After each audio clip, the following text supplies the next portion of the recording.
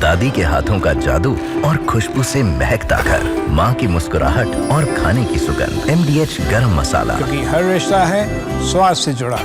Luhansk में 3 रूसी सैनिकों की मौत हुई है। यूक्रेनी सेना ने सटीक हमला किया है। बुचा पार हमले में शामिल थे सैनिकों ने किया था घर पर कब्जा। रूसी सैनिकों का गोला बारूद भी नष्ट हुआ।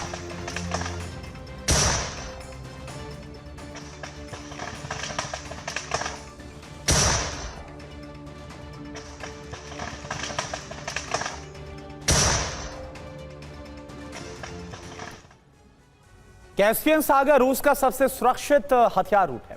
जंग शुरू होने के बाद से समंदर के इसी रास्ते से हथियार ईरान से रूस पहुंचते हैं, लेकिन अब यूक्रेन ने रूस के इस हथियार रूट पर भी हमले शुरू कर दिए। ज़ेलेंस्की की ड्रोन ब्रिगेड ने यहां पर हमला करके एक रूसी कार्गो शिप को तबाह कर दिया। यह शिप ईरान से रूस हथियार लेकर पहुंची थी। अब सवाल यह है कि यूक्रेनी जमीन से 850 किलोमीटर दूर समंदर के इस इलाके तक यूक्रेनी ड्रोन ने इतना सटीक हमला कैसे कर दिया। TV9 की इस एक्सक्लूसिव रिपोर्ट में आप देखिए। यूक्रेनी राष्ट्रपति ने रूस का सबसे सुरक्षित हथियार रूट भेज दिया है। वो हथियार रूट जिससे अभी तक सैकड़ों टन बारूद रूस पहुंचा। अब उसी हथियार रूट को यूक्रेन ने न सिर्फ डिकोड कर लिया है, बल्कि रूसी राष्ट्रपति को समंदर में बड़ी चोट दी है।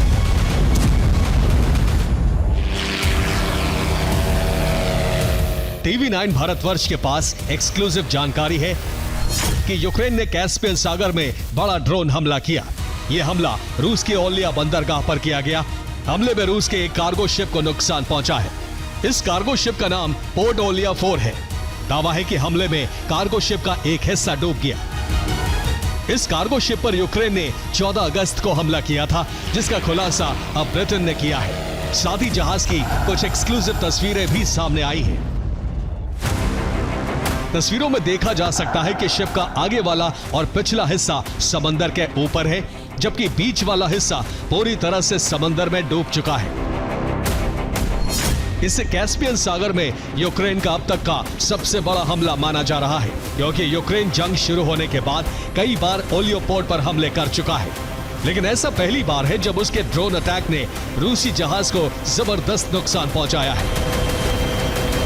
पोर्ट ओलिया 4 जहाज की लंबाई 400 फीट है।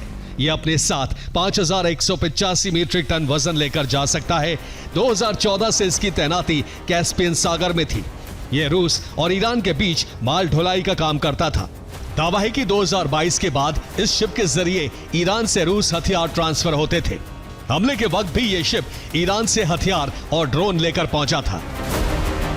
ओलिया पोर्ट से इन ड्रोन और हथियारों को रूसी सेना के लिए वॉर ग्राउंड में पहुंचाया जाता, लेकिन इससे पहले ही यूक्रेन ने शिप को समंदर में डुबो दिया।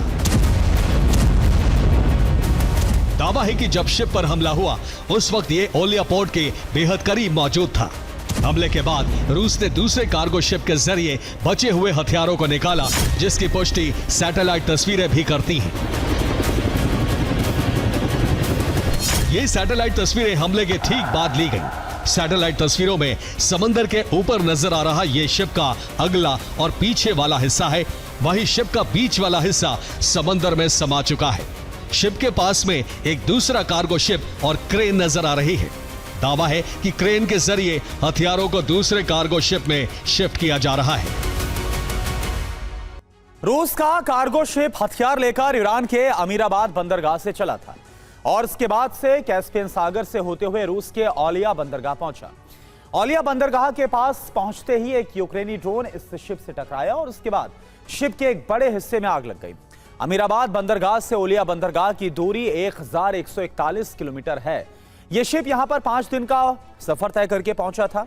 अभी तक सामने आई रिपोर्ट्स के मुताबिक शिप को तबाह करने वाले ड्रोन ने डोनेट्स्क के पास से उड़ान भरी थी और इसके बाद यह रूसी कब्जे वाले इलाके से होते हुए रूस के रोस्टोव, वोल्गोडोनेस्क और एलिस्ता से होते हुए ओलिया बंदरगाह पहुंचा।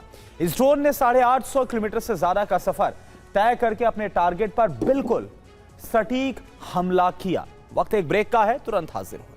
दादी के हाथों का जादू और खुशबू से महकता घर, माँ की मुस्कुराहट और खाने की सुगंध। MDH गरम मसाला, क्योंकि हर रिश्ता है स्वाद से जुड़ा।